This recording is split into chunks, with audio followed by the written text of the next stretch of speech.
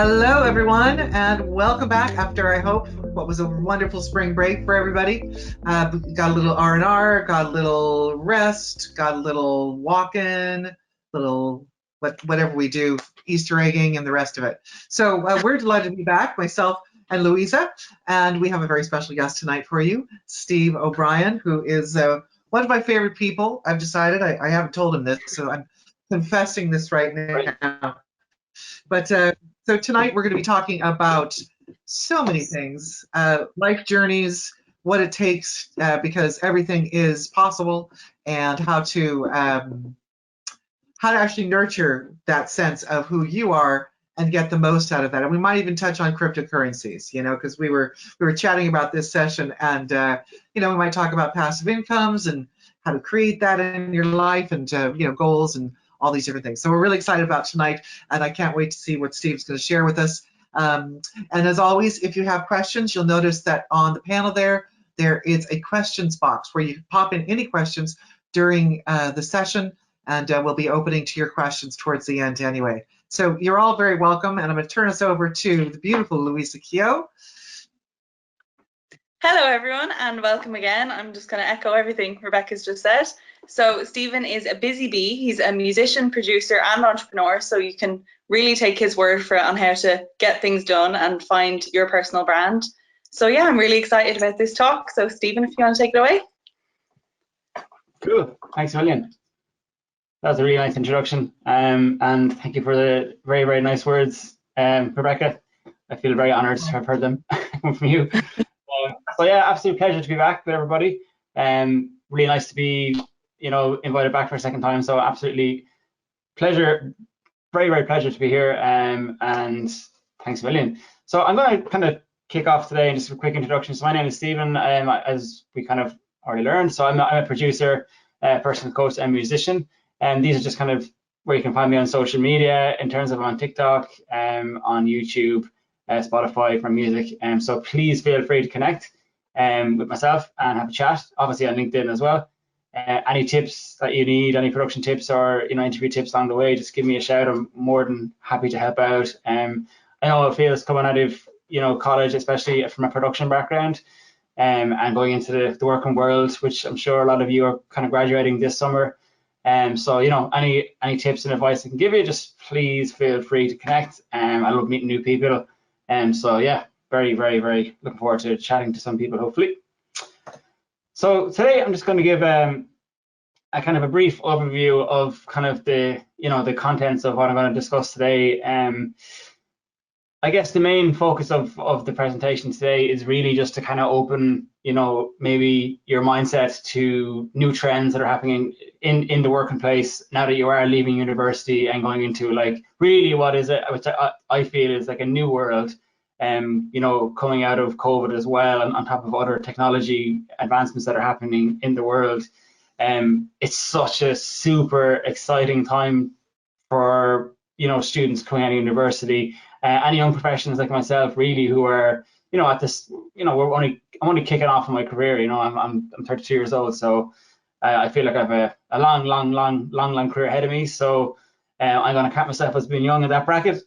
But it's a really exciting opportunities out there. And today I'm just going to go through a few little tips in terms of personal branding, technology that's happening in the world at the moment, some innovation that's happening. And just a few little tips that I've learned along the way to kind of enjoy the process of becoming a professional and coming out of college, and to try and not worry about it being a big daunting experience or pressure, that that you can actually enjoy the process as well. So that's kind of what we're going to discuss today. Just to double check before I jump in, Rebecca, you can hear me, everything's okay and good. It's kind of, I know you're saying I can't see you guys, but I presume everything's good and you can hear me.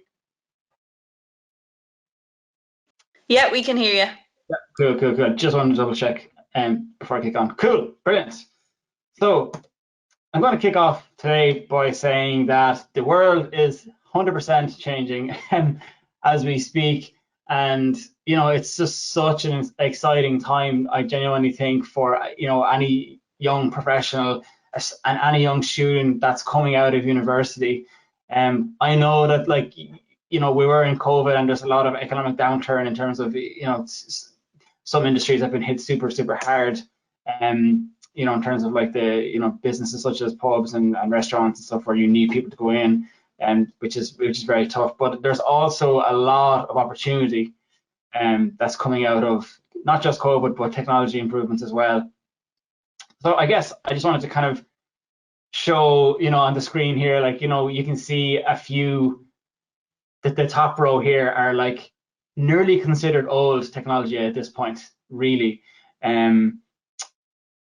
There's so much new technology that's coming out right now, that coming out of, especially in terms of production, but in the working world in general, there's shifts that happening in the world like that happened in kind of our parents' generation, or if you were, you know, a much older brother, maybe his generation, where like the internet was new, and you know the idea of moving your business online was such a new thing, and obviously before that then there was television, and these are all considered like super new technologies, and we didn't really have a chance to jump on that bubble as much because we grew up with these things. We didn't get a chance as young professionals to jump on the bandwagon of like setting up your you know, like a business, maybe that like your parents may have done, or taking advantage of these situations in terms of the top row. So these are kind of like older kind of concepts. And even if you look at Facebook, that is, you know, it's I think it was 2006 that was formed, you know, 2005. So, you know, even at that, like Facebook is a relatively old, inverted commas, you know, technology in a way. Things are changing so much right now that it's so exciting to be coming out of college. For example, you know, YouTube and streaming has just changed the game in terms of production. It's changed the game in terms of the way we work. It's changed the game in the way we consume content. It's changed the game in terms of marketing. And alongside this change, especially for anyone in production or a creative, it's completely transformed the way you can work and your mindset on being able to, you know, be self-employed even, and be able to create content on top of your day job or whatever it may be. But it just gives so much more access to young professionals, to students coming out of university, to take advantage of technology such as YouTube and streaming and live broadcasts, to create your own channel, create your own TV network, create your own following. That just wasn't possible, you know, back in, you know, even early 2000s and like the late 1990s. So, you know, the way the opportunities here, like, okay, there's a few doom and gloom things happening with COVID, etc. But on the flip side, there's also massive areas where you can grow and develop as a young professional and take advantage. Another one in the center picture here you see is a lady working from home. Remote working is now like everybody's doing it in terms of, you know, in certain industries, everyone has to do it. So in terms of tech or support or marketing or business, I think most of these industries, we've discovered now that you can work from home and do your job. So this just wasn't even possible. Like when I came out of college, you know, really like the idea of working from home was just like, what? There's no way you can do that.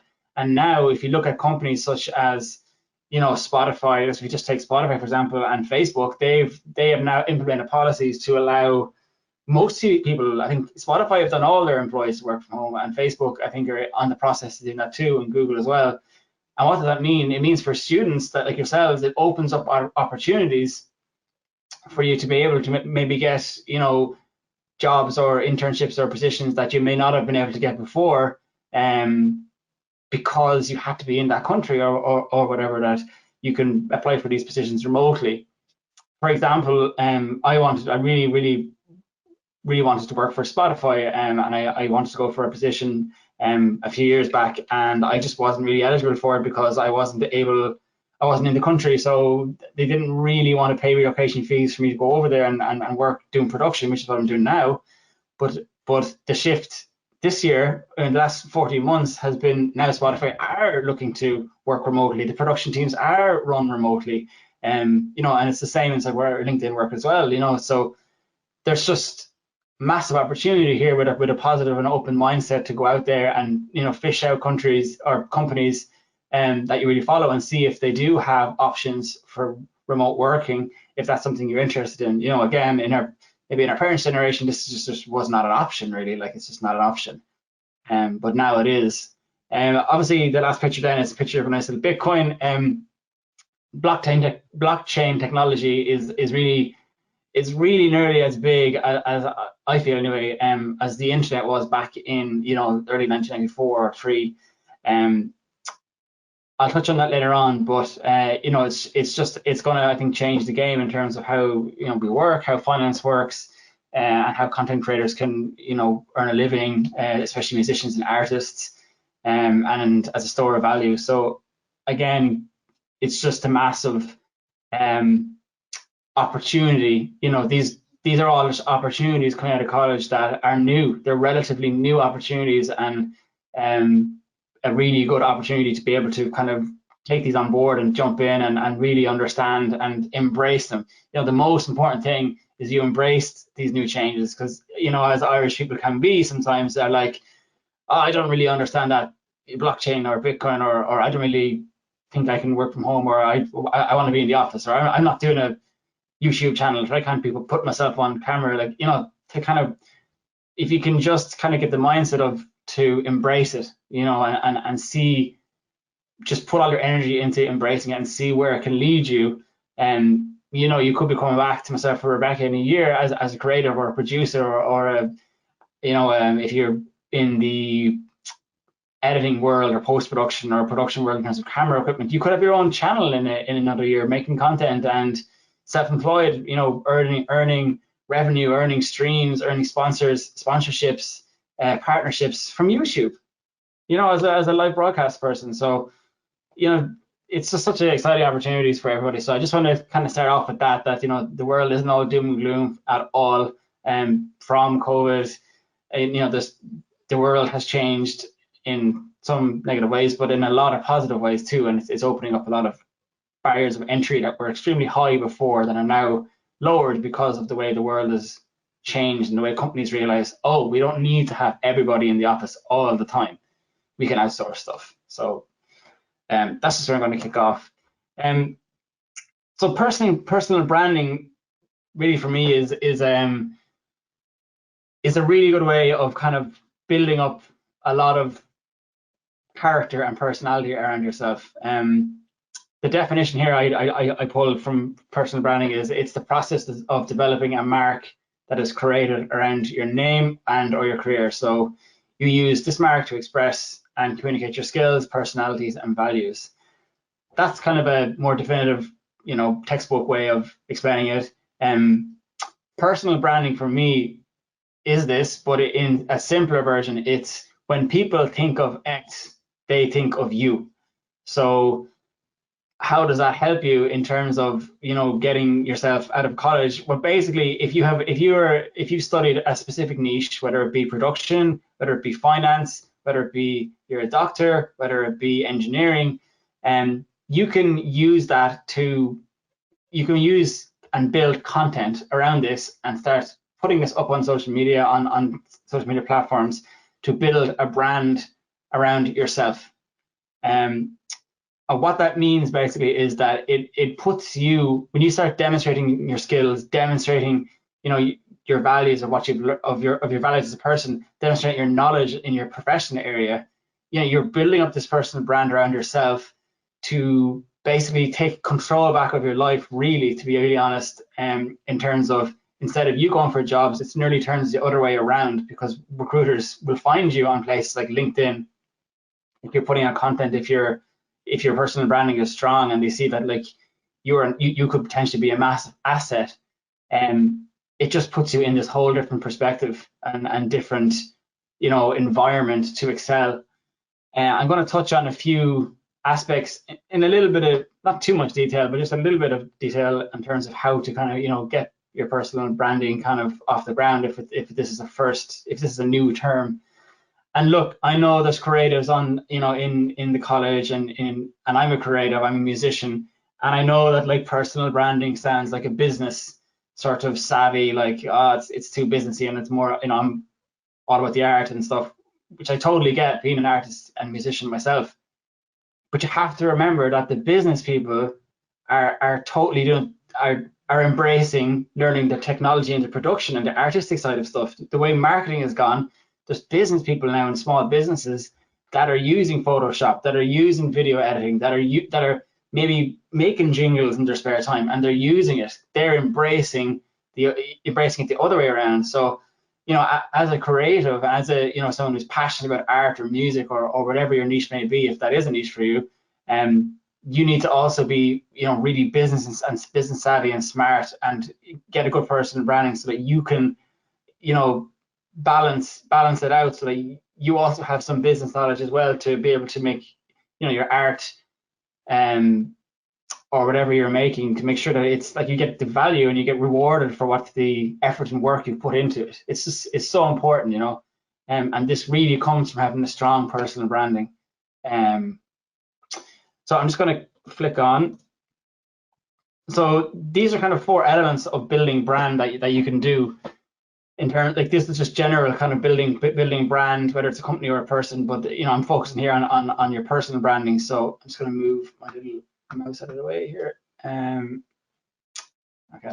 Okay, so basically these are the kind of 4 elements. So establish a professional brand, so establish what it is, find the right people, engage with authenticity, build relationships. So establish your professional brand. So this is the most important thing about personal brand, is you are the brand. So it's like, instead of working for a company and you're just a cog in the wheel, when you become your own brand, you have so much more power in terms of, you know, opening yourself up for opportunities and doing what you want to do with your life. So social media is a place, and like, to build your brand and connect with those who are trying to reach. It's where you can create your own blog posts, share content, ideas, and leverage over other members of the community to engage. So, you know, being a musician, like, I started building up, you know, my own personal brand based around music, and kind of based around kind of building personal brand for musicians. And now I'm going to start doing a little bit on kind of blockchain technology. But again, I'm kind of, that's a strong enough brand. You know, you think of, I'm hoping that my brand is strong enough that you think of, you know, music, blockchain, and kind of mindset, like, oh yes, you know, you think of me or my band, you know, or whatever it is. That's what I'm trying to get to. And so establishing your professional brand is really important for a first step. Finding the right people. So there's a lot of insight and information to be gained from connecting with the correct people. Using social media to promote your business, skills, services, catch people's attention, and proves them into checking you out. So this is super key for, you know, when you do start pumping out content, even if it's just a simple video talking about tax returns if you've done finance or something like this, or, you know, how marketing has changed from some of the stuff we've just discussed, that people are working at home now. So video content and needs to be better, and needs to be shorter and more precise and to the point quicker, because people have screen fatigue, which is a result of working from home. So even just to be able to demonstrate small things like this in your own niche, uploading kind of, you know, content onto platforms like LinkedIn, specifically LinkedIn for, you know, articles and video content, you know, and TikTok as well.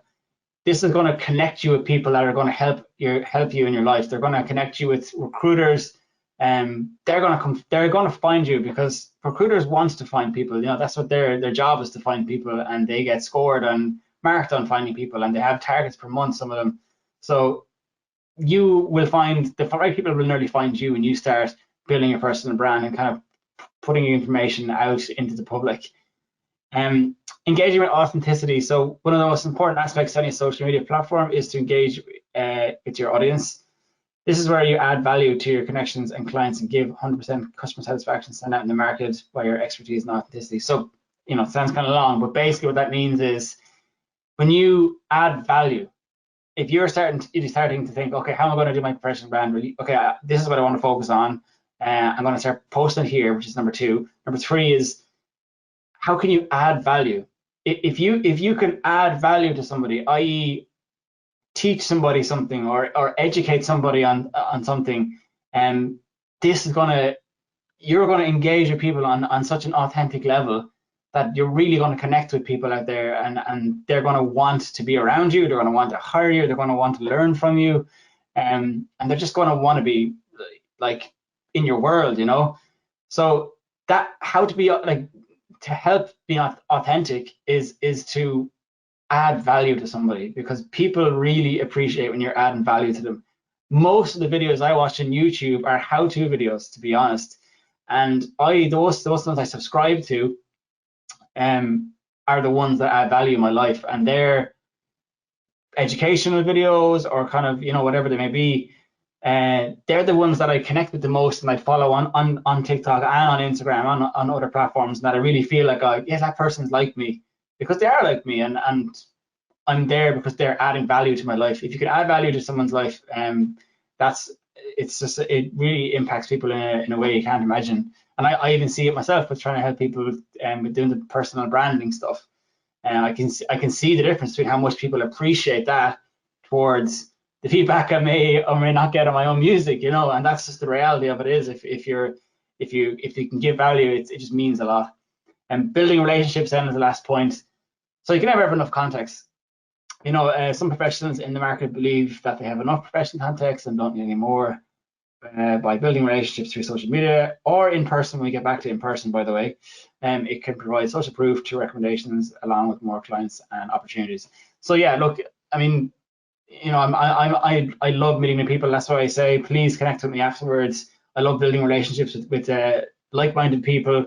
And you look, at the end of the day, you can never have enough contacts. And you know, it's definitely a way of kind of helping yourself to get in the door of places. I know it's kind of very old Irish kind of saying of, oh, sure, he knows that person that got you in there, but you know, people that have rapport or can build, you know, relationships with people quick, they want to be around you, and people want to work with nice people.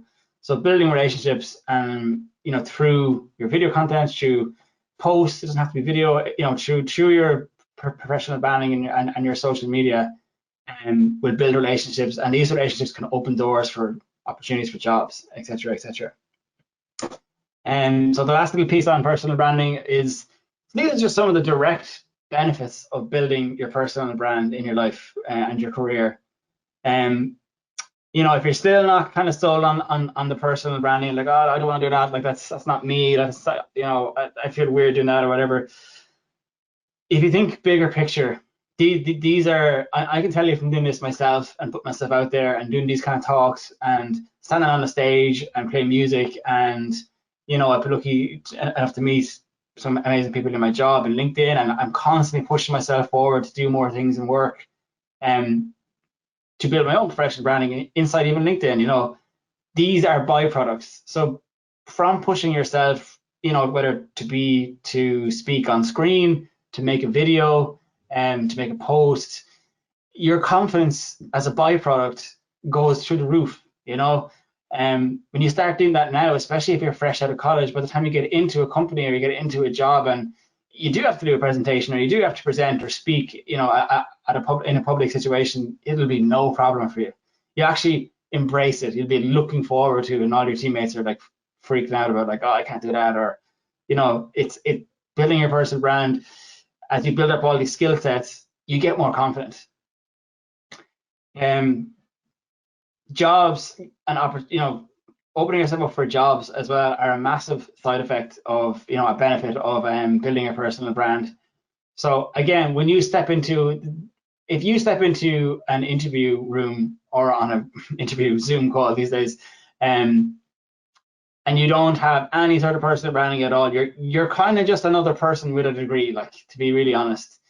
You know, nearly most people now these days coming out of college or secondary school go on to third level, and nearly everybody has a degree. Like, I hate to say that, but like, you know, and if you're 1-1 or 2-1, that's great. Okay, a lot of people get 2-1s and 1-1s, but what a lot of people don't have is a strong or even a small basic personal brand. And if you do, that just stands out so much in job interviews or basically in job interviews, because it shows your passion, it shows you're ambitious, it shows like you have commitment, you know, and it shows that you think outside the box and you're a lateral thinker. And these are all requirements that you will see on every job application under the sun. So if you go in and they really have a little bit of background on maybe like some of your personal stuff that you're doing on the side, or some of the content you're pumping out, But then you go in and demonstrate some of the stuff you've done, you're just ticking off all these boxes that they need to be ticked. And you're making it super easy for them, instead of saying, oh yeah, I'm a really passionate worker, and I'm committed. You don't have to say that. You can say, I've done this, I've done this, I've done this.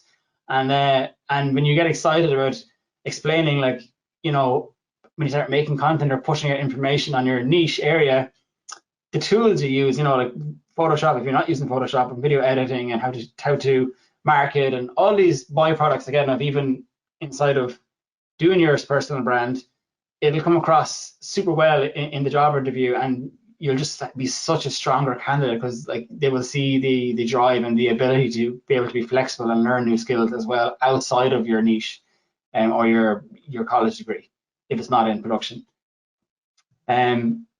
Yeah, opportunity. I mean, look, it's kind of the same with the jobs. It just opens up more opportunities when you start putting yourself out there, putting content out there. You'd be so surprised, the people who reach out to you, who are just kind of intrigued by what you're saying, and like want to learn more, and then that could lead to another conversation, and you just never know where it leads, and then that person could end up working at some company, and then 2 or 3 years you could say, oh, I'd love to work there, and then you have this contact from an opportunity that came from your kind of personal branding, building that as soon as you left college, and there you go. There's opportunities for you right there and then. And the last one is probably the most important that I've learned anyway.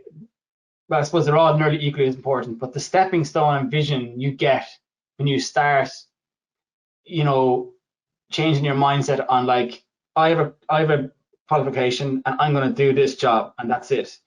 Whereas if you're really passionate about what you studied, and you start building your personal brand and working outside of the job, and you're not super stressed out about getting the job because it's going to come. Once you start that path of kind of getting a stronger personal online presence, getting more confidence in yourself, you'll get the stepping stone effect, whereas you'll try this and go, maybe I kind of enjoy that, but if I do this, I can try this. And then you have this stepping stone kind of effect of, once you start one thing, you see another opportunity and you say, I'll try that. And then you try this opportunity, and then you try another one. And then you might see that one and then try something else. And that's literally what I've done, myself. I started off kind of doing, team meetings, speaking at team meetings and work. And then I kind of went to, like, the kind of global, or the kind of org meetings, which are just more people speaking at them. And then I started making kind of funny videos, content on my side project. Then I started shooting my own music videos. And then from there I started shooting other videos. And then I started taking my public speaking kind of outside of LinkedIn and into other areas. And then, you see what I mean? It's a stepping stone to, like, getting to new places that you might not have even thought of doing, because so most people are so focused on, okay, I finished college, I'm going to do the job, and then I'm going to focus on the job, and the job is everything. But if your job is what you love, and you can make it into a side kind of personal branding hustle, that's amazing. And even if what you want to focus on your personal branding isn't what you studied, and it's just something you love, it'll still come across, in interviews that you're passionate and that you're motivated, and you can pivot that in an interview. So let's say, you really want to focus, like, let's say I did business, but I really, really, really love music, like I do. And I want to kind of get my personal branding on the music and bring in my business knowledge maybe, or something. You can mix things together, and use the skill sets from you've learned in university to kind of bring into your kind of passionate side of whatever your side hustle is. And these can all be conveyed then so well in an interview, and especially for those silly questions that people ask students, which I don't understand. And I was asked, it's like, you don't have this experience, and how are you supposed to have experience? Like, you're just out of college, recruiters know this. They know that you don't have experience, and, like, if someone asks that, they shouldn't be asking that, because it's not fair. But what you can do is you can change and pivot your personal branding experience that you're going to get yourself. You don't need someone to give that to you. You go and get it, and then that is your experience, and that is how you demonstrate, you're ambitious, and that you're already working. You're not waiting for someone to give you a job. You're straight in. You're building content. You're getting information out there, you're building your professional speaking skills, you're building your business mindset, you're building your entrepreneurial mindset, and you're just jumping straight in. That's invaluable in an interview, and that stands out. I mean, if you're going to do a job, even after a few years, and all you do is that job, there's loads of other people that can just do that job. So then it comes down to personality maybe, or whatever. But if you have all these other branches to you as a brand, as you are the brand, and you just look so much more employable, and you're like an asset at that stage, that they want you, and then you're in the driving seat, and you're driving the interview, and you're driving when the offer comes down that you want X amount or you want this. So it just sets you up in these different ways. So if your personal branding combined with the opportunities that are out there, if you can spot a gap in those areas we discussed earlier for where you could implement that to your own life while you're on this job search, it's only going to help you. And even when you get the job, I would hope that like you'd all keep it up and going. Like myself, I have my job on LinkedIn, and then I produce music, and then I make videos on top of that, music videos on top of this. Then I do the kind of stuff we're doing now, the kind of personal branding stuff, and then I invest, and I'm an entrepreneur in terms of investing, and having a side hustle that way. So I'm doing loads of different things, So I just highly encourage anybody to kind of just think about it and see, if it's something you're interested in. I think I love it. I love being busy. But again, not everyone is into that, so that's cool too, of course. This is a kind of a quote like from a guy I love and follow. His name is Gary Vaynerchuk. I'd highly recommend if you're looking to kind of build your personal brand and get information and get good solid advice and good solid kind of mindsets and just food for thought. I would recommend following Gary. But without any hustle, your talent only gets you so far. Like, and that just is I just genuinely, in my own career, I just believe in that. It just is. You kind of have to have something a little bit more special these days if you really, really want to get where you really want to go. And that can come from that drive and that passion about something you're really passionate about and showing it, and not being afraid to get out there and do it. So yeah, so that's kind of the wrap on the time. That's kind of the wrap on the kind of personal branding stuff, and I just hope that lands with some folks. And any questions, please throw them in, and we'll have a chat towards the end. So I just want to give a quick little synopsis of going back to what I said of opportunity, and like you're fresh out of college, and like I just want to give an example, right, of technology that I actually experienced 2006, 2012, where people just said this isn't going to work, okay, and this is just not, it's not real, like that's not, people aren't going to like that, and at first it was in the internet in 1983, where people thought the internet was crazy and it was just not going to work and too complicated, and you have to have a laptop, like, it's expensive to run and they don't understand it. And look where the internet took us, revolutionized the world. 2006, social media, everyone was like, why would you want to be posting, why would you not want to print off your pictures and stick them on your wall? Why would you want a digital picture and a digital camera to take digital pictures that you can't hold or put on your wall? Why would you want somewhere to put that or talk to people? Look where that got us. Then in 2012, which I was part of, like, I can remember this much better than 2006 because I was a little bit younger, but I remember like my friends, like, real kind of country Kenny lads who are like, I'd never go on a date and have Tinder. What's this, like, and then now I know 3 of them who are married from Tinder, and they were just saying that's not going to work. And like what I'm here to tell you today is that blockchain, NFTs, and smart contracts, I believe, are an opportunity that everyone right now doesn't really understand, but that is just going to change the world, especially for creatives. But it's going to really tap into every part of the world, because smart contracts are going to change how we do contracts, and how you guys, when you're older, are going to buy houses, get your insurance policies. NFTs are going to change the creative landscape for musicians, artists, companies, you name it. Anyone that has anything that's remotely collectible, or as a fan base, it's going to change the world for them. It already has started. One NFT painting sold for 69 million, for example. And then blockchain And cryptocurrencies are just going to, I feel, are going to change the financial landscape. Look, I'm not saying it's definitely going to happen, but I strongly feel that it is. I've done my own research, and all I would say about this is that, you know, you guys are the future, and you guys are going to be the ones leading the way. So I would just recommend, and it's only my recommendation, but just to understand what blockchain is. Just at the bare minimum, understand what blockchain is, understand what NFTs are, understand what smart contracts are. And, you know, if you ever ask your parents, hey, do you want to check out this YouTube streaming thing? And they're like, oh, that's, you know, that's too over my head, that's nonsense. Don't be that person now, you know, where like cryptocurrencies and NFTs, that's digital. Why would you want a digital collectible?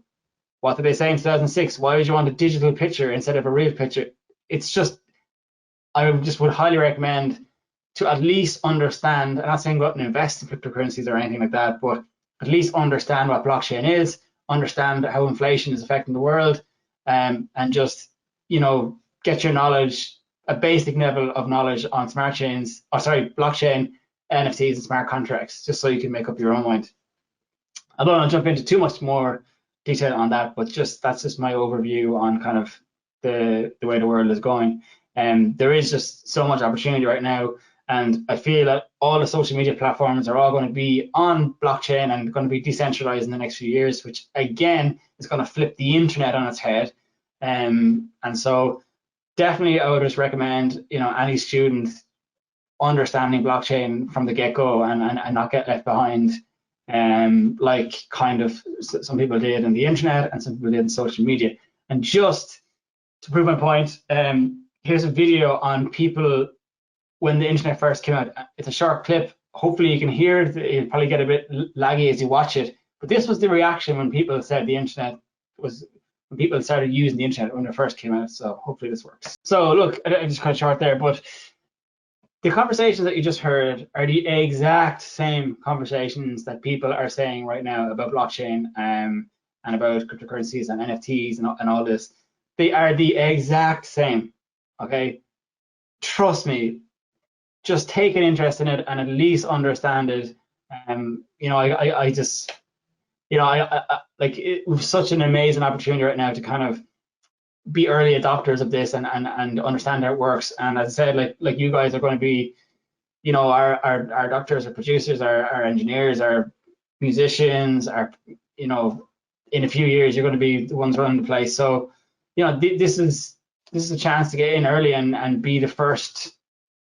Like, imagine being the first people back in the internet, like back in the day. Imagine having the opportunity to be able to get in at the start and understand it and maybe optimize that opportunity. But now you do with blockchain. You know, it's super early. Nobody understands it. Nothing's easy about it at all at the moment, but it will all be easy. Like the internet was really hard to be used. It will all get easier over the next 10 years. But you're a head start. We're all in it early. So look, the last thing I just want to chat about is just something that I learned.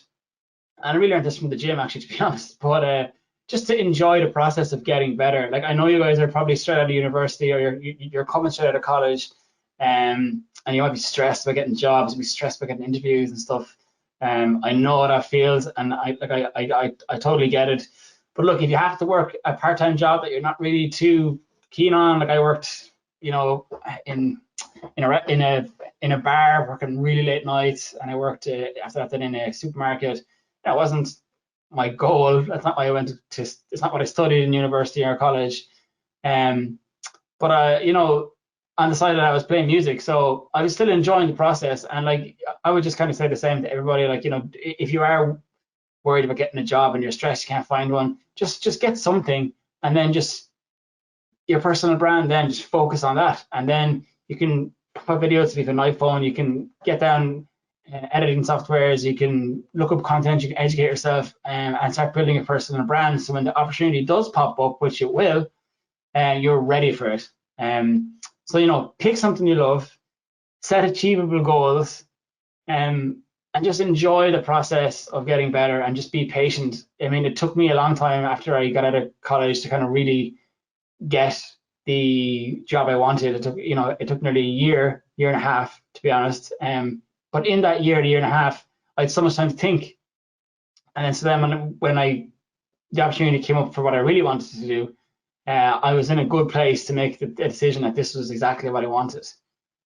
So, you know, enjoy the process of getting better. Like, you're young, you're out of college, and even if you're not young, if you're mature students, like, you know, you have these nice transition periods from when you leave college, and you know, you'll gradually get into work, because once you're in work, guys, you're stuck. And so, you know, once you start working, you're working until your personal brand takes off, and then you can do what you love. But and maybe that is the same thing, but you know, like, you're in it for the long haul. So, you know, enjoy the process, you know, if you can. I know financially, obviously, everyone has financial responsibilities and stuff, but you know, everything will be okay, I think, and we'll get there. So the last thing I just want to chat about then is just kind of support.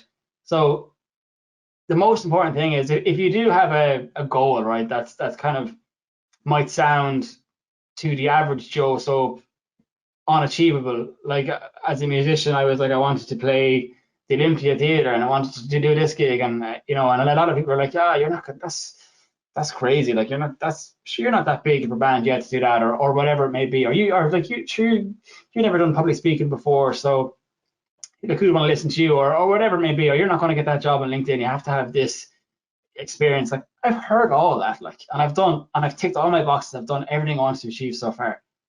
So what's really important is that I surround myself with the right people. And what does that mean? That can also mean I actually cut out people that weren't adding value to my life, and weren't adding support, and weren't adding, you know, what I needed from people I surround myself with. So, champion mindset: seek out people who are inspire them. That's a little bit cheesy for me, but the people who you surround yourself on a daily basis influence the way you think, act, and feel. That is a fact of life. Like, if you're surrounding yourself with people that aren't really on board with what you want to do, aren't really on board with supporting you, you know, if they're your family, then just kind of mute them a little bit. But if they're people that, you know, you can cut out, like, and if you feel like you need to do that, you know, just be aware of it, I guess. I'm not saying do that, but I'm just saying just be aware of it, because a lot of people actually aren't aware that the people you surround yourself with on a daily basis really do influence the way you act and think and feel. So, you know, once you start building your personal branding, and once you start putting yourself out there, and maybe reach out to people and building relationships, you will attract the people you want to be, you want to become, or that inspire you. You will attract them. You will get energy from them, and it'll just set you up with a clear mindset and help you achieve those goals, because nobody wants to be surrounded by people that put you down. And look, sometimes it is even family, you know, that just, you know, that's not a real job, or things like that I've heard in my life, you know. And it's important to, like, understand where they're coming from, because that's just the way they're raised, and it's a different generation or whatever it may be.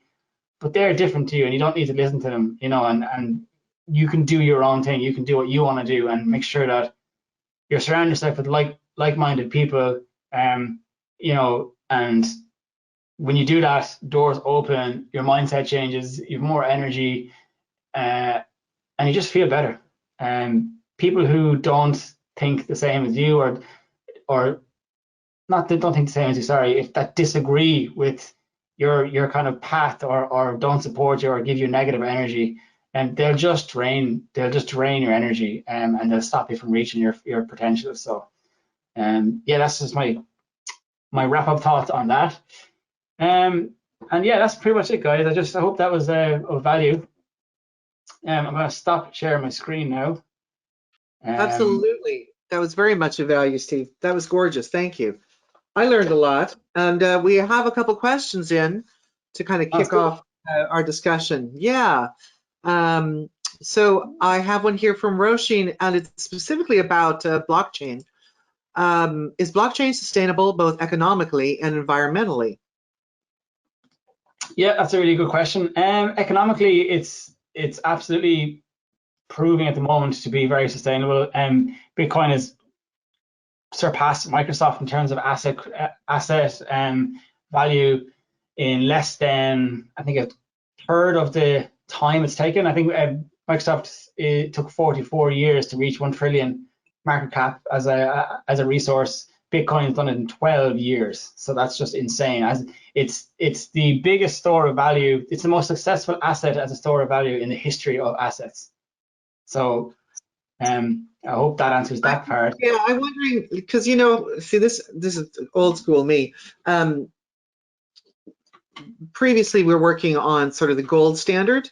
What is the there was supposedly as much gold as we had money printed for it. I know that's actually not true anymore.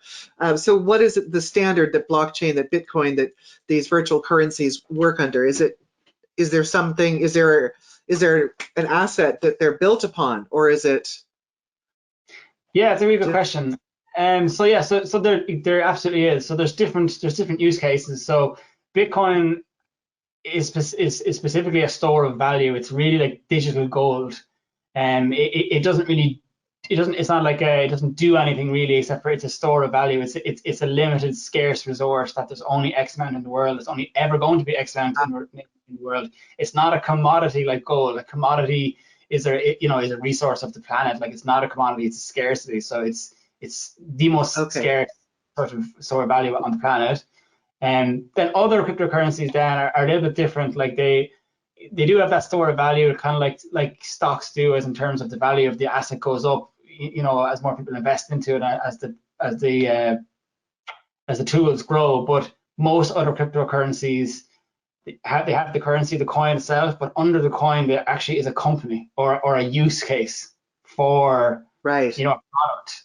So there's a coin I've recently discovered called AIOZ, and they're really, really, really, really, really tiny coin right now. But they're basically making a decentralized version of YouTube, which if that catches on, for musicians and artists, it's like an absolute game changer. For marketers, it's a game changer because the cost of advertising is slashed to a quarter. And it also has incentive for viewers, as well as for the first time ever, as a viewer, you can get rewarded in that cryptocurrency coin.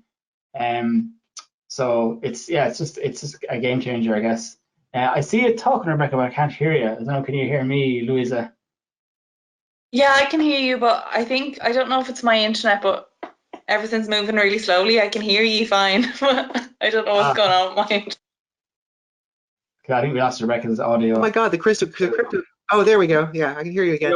It sounded like the cryptocurrency gods were kind of going, "Whoa, don't be telling our secrets. This is for us only. You got to be, Sorry. But yeah, I mean, it's not financial advice or anything. This is just my kind of.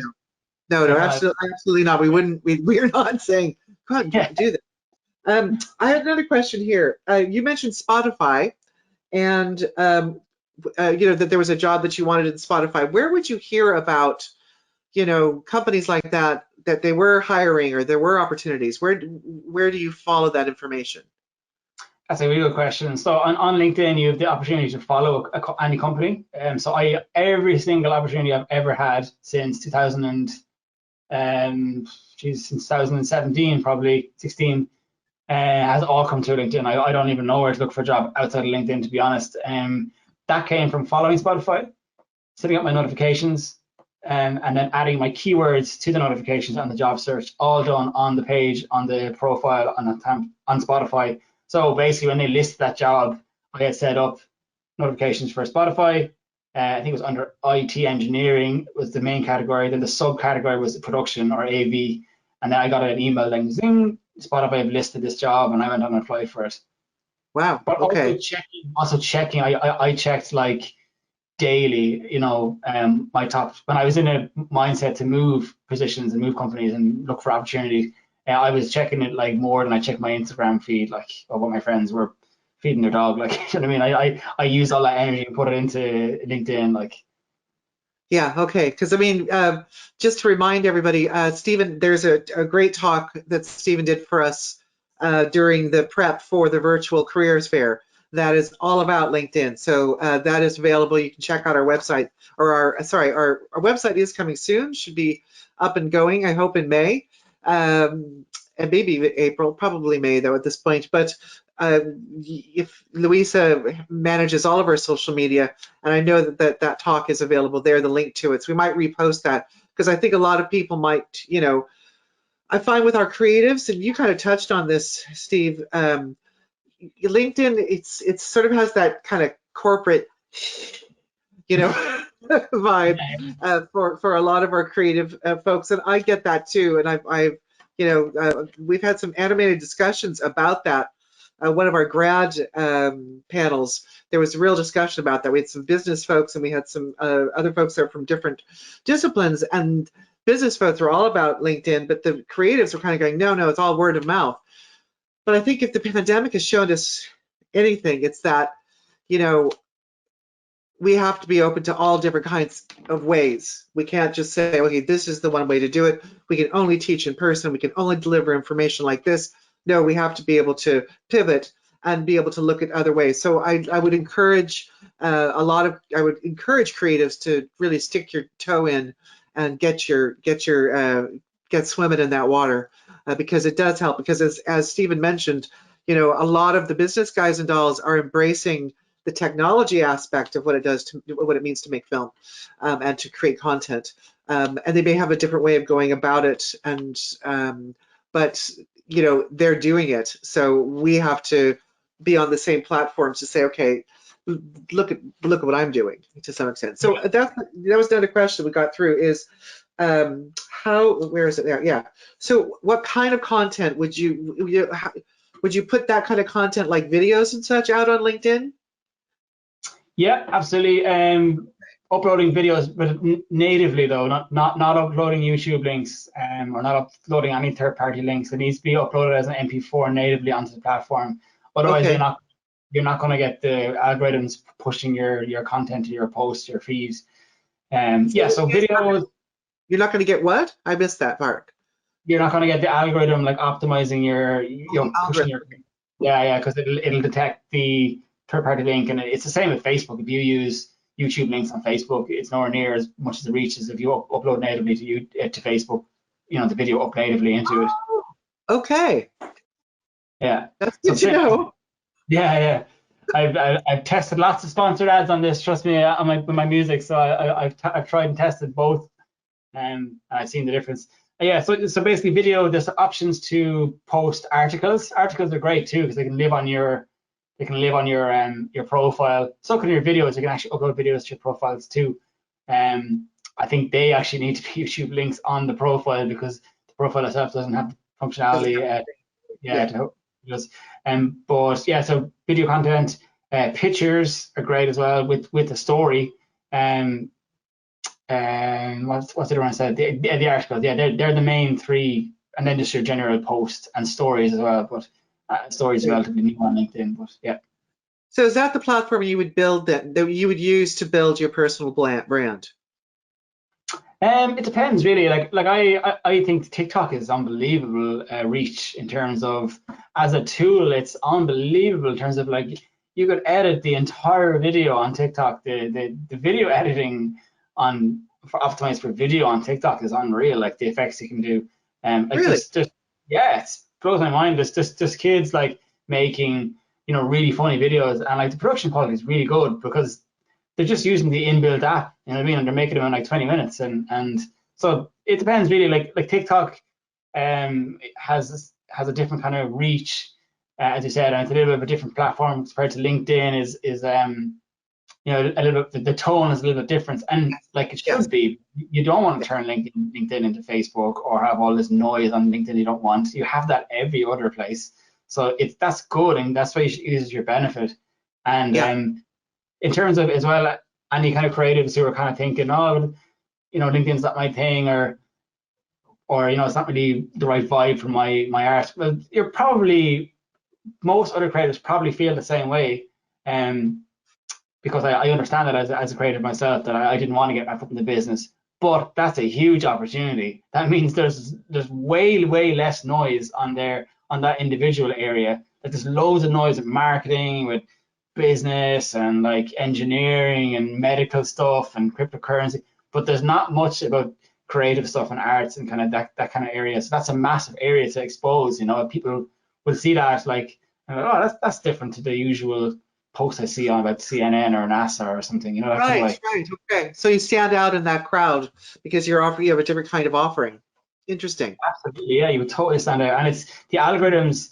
on LinkedIn as well. They're kind of like Facebook was back in 2007 and 8. You can actually trend really quick and get a lot of likes on LinkedIn if you engage with people and it takes off. That's nearly impossible on LinkedIn right now, or sorry, Facebook. And it's you have to pay. It's all paid promotion. It's Okay. it's you have to pay. Like, it's just insane. Towards LinkedIn, the organic reach is very mad. It's like TikTok, actually. Wow. So, I know we're coming to the end now, which is, I could talk to you all night. It's fascinating to me. And I kind of think that, you've touched on so much in terms of how work is changing, the way we work, what it is that we can offer. And I love the point you made about adding value to your offering. And you and I had been discussing with Louisa when we were prepping for this session about, your band, O'Brien, O-H, then B-R-Y-A-N. Follow on Spotify. Yeah, give us the two streams. I guess 0.06. I'll probably pop it on. Actually, I'll make myself a presenter. But actually, when I'm finished, definitely will. He makes some really great music as well. But one of the things that that you mentioned is adding value, and that ability to kind of, say you are a musician, you're going to a gig, and you let the promoters know that you are happy to do a workshop for the local school on, drumming or something. That's just so great. And record that, and then that's an added bonus of an asset that you can utilize in your online, with permissions by the parents and this sort of stuff. Maybe underage folks isn't great, but you know what I'm saying. So, you have to go through all the public safety. But I just think that, yeah. And I used to do with support bands as well. I used to offer to take pictures of the main band afterwards. Exactly, yeah, what you said. Yeah. Well, it is that thing. I think that we don't have to be selfish about this. And I think that was one of the things that the internet was supposedly set up for. And I think it's gone, things like Twitter can be just a cesspool, apparently. But I think that when at the heart of it is developing a community and helping each other develop, as you were saying, surround yourself with people that are like-minded to some extent. And I'm glad I like people that disagree with me. I think we have to talk to people that disagree with us politically and ethically in all kinds of ways so that we can learn their points of view, so we have a better empathy for what's going on in the world. But you have, each person that's listening tonight and will be listening, you guys all have a journey that you're taking, and you need to be the one that sets that path. The world has changed. It's not like you're going to study psychology and you're going to be a psychologist. It doesn't work like that anymore. You may have no, and it's been a long time since it's worked that way, actually. So and that can be really exciting because you get to forge your own path. It could also be full of trepidation because you're afraid you're going to make a mistake. Don't be afraid. Fail again, fail better. And that's that's Samuel Beckett's one of my favorite quotes of his. So I just want to thank you. And that personal brand that you developed. Sorry, just and just on you made a really good point there that I kind of was hoping to, I actually forgot to mention, but just failing. I just want to talk to you about that. Just so that's a really good one. What I learned literally in the last 12 months is I've learned how to fail. I thought I knew how to fail and stuff, and I thought I was okay with failing, but I wasn't really. Like, I would fail at something and I'd be like, oh damn, like, that was a disaster, and I was really afraid of doing it again.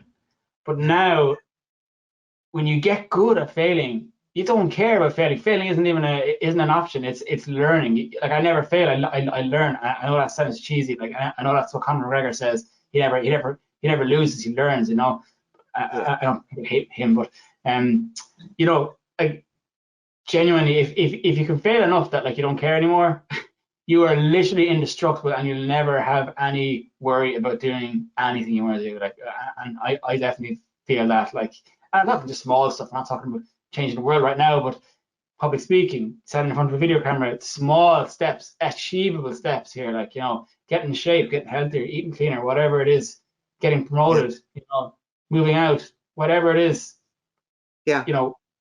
I totally agree with you on that one. That was a really good point that I forgot to mention. To be honest with you, that's a lifelong thing because I still have trouble with failure. I mean, I really don't like it. I've done it Yeah. enough times and I've learned a lot from it, but I still hate it. I absolutely hate it, but I know it's part of life and it's something that I've got to deal with. And the important part is to learn from each. And I think that that is cheesy, but I love a bit of cheese, Steve. I gotta say. I'm all about Well, look that. at Yeah, I'm all about that. I'm all about that. Well, this is an ongoing conversation. Steve is going to be in my life for some time because I have so much to learn from him. And you can contact him. You have your contact details there, and we'll put them up on our Facebook page as well. If you'd like to kind of drill more down into the LinkedIn stuff in particular, he is an ambassador for LinkedIn and can help you with your profiles, point you in a direction, that sort of thing. We are very excited that our 420 movement challenge that Luis has been running is finishing up on the 20th of on 420, in fact, 420, which is happening next week. Yeah. So we have a very special week this week, though. You want to tell them about it? We've got some extra prizes to give away, don't we? We do. So instead of just one voucher, there's 3 vouchers. So there's 3 people that will be lucky winners next Tuesday. So get out and get moving because the weather is blissfully nice for a change. So it's so good to take advantage of it. And find the link in our Instagram bio. Absolutely. And then next week, because we know you're all getting ready for your final exams and your final CA submissions and the graduation digital show is happening as well. We have special guests of Jade Walsh and Rachel and Louisa are going to take you through prepping for this final push academically. That's next week. And then our final week before you guys go into exams, we'll be bringing back Return of the Grads Part 2. And we have 8 amazing grads who are going to share their stories with you. And yeah, we're looking forward to that. In addition, we've also got your stories to be told. And if you watch our Facebook page, that'll be coming up there in the next couple of weeks. So we wish you all the best, Steve. Mwah. Thank you. Mwah, mwah, mwah, mwah, mwah. Great stuff. Really enjoyed it. Thank you. Really a timely message for all of our 3rd and 4th years and grads and anybody who's there. Thank you again for coming. We'll talk to you soon. Take good care. Pleasure. Bye. Guys. Bye-bye.